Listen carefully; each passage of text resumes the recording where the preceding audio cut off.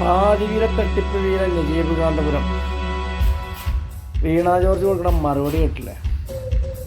അപ്പിട്ടു നിയമസഭയിൽ വിളിപ്പനായിട്ടുള്ള ചിരിയും കാട്ടിയിട്ട് സെക്യൂർ ബാറിലാണ് 5 വർഷത്തിൻ്റെ ഉള്ളിൽ 8 ലക്ഷം രൂപ കൊടുത്ത നിനക്കൊക്കെ എന്ത് അവകാശമാണോ ഈ ജില്ലാ ആശുപത്രിനൊക്കെ കുറിച്ച് പറയാൻ? ഗവൺമെൻറ് ഹോസ്പിറ്റലിലെ കഴുത്തറുപ്പാണെന്ന് പറയാൻ. ഗവൺമെൻറ് ഹോസ്പിറ്റലിൽ ആയിരങ്ങൾ പോയിട്ട് ചികിത്സ നേടുന്ന സ്ഥലത്ത് പോയിട്ട് താൻ കോർപ്പറേറ്റുകൾക്ക് വേണ്ടിയിട്ട് സംസാരിച്ച വ്യക്തിയാണ്. ആ നിന്നോടൊക്കെ എന്തായാലും പറയാനുള്ളത്? സാധാരണക്കാരാണെങ്കിൽ ജനങ്ങളടിക്ക് ഇറങ്ങണം. അല്ല അന്ന് മുണ്ട് ചുളിയാത്ത ഡ്രസ്സ് കൊണ്ട് ഇങ്ങനെ ഇട്ടിട്ട് ഇങ്ങനെ വണ്ടിയിൽ വന്ന് ഇറങ്ങണതല്ല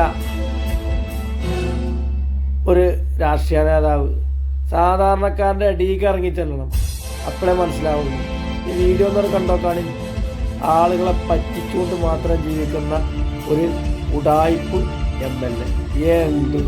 കയ്യിലും ഇപ്രാവശ്യത്തോടുകൂടി കയ്യിലും. ഓക്കെ, നിങ്ങൾ മനസ്സിലാക്കണം, ഇന്ന് സർക്കാർ ആശുപത്രിയിൽ പോയാലാണ് ഏറ്റവും കൂടുതൽ പേഴ്സ് കീറുന്നത് എന്ന് ആർക്കാണ് അറിയാത്തത്?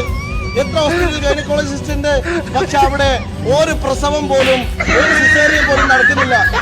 കേരളത്തിന്റെ സർക്കാർ സംവിധാനങ്ങളെ അടച്ച് ആക്ഷേപിക്കുന്നതിന് വേണ്ടിയിട്ടുള്ള ഒരു വലിയ ശ്രമം നിർഭാഗ്യകരമായി കേരളത്തിന്റെ പ്രതിപക്ഷത്തിന്റെ ഭാഗത്തുനിന്നുണ്ടാകും. സർ, എന്നെ അമ്പരപ്പിച്ചതും ദുഃഖിപ്പിച്ചതും പെരിന്തൽമണ്ണ അംഗം, ബഹുമാന്യനായിട്ടുള്ള പെരിന്തൽമണ്ണ അംഗം, അദ്ദേഹത്തിന്റെ ഒരു വാചകമാണ് സർ.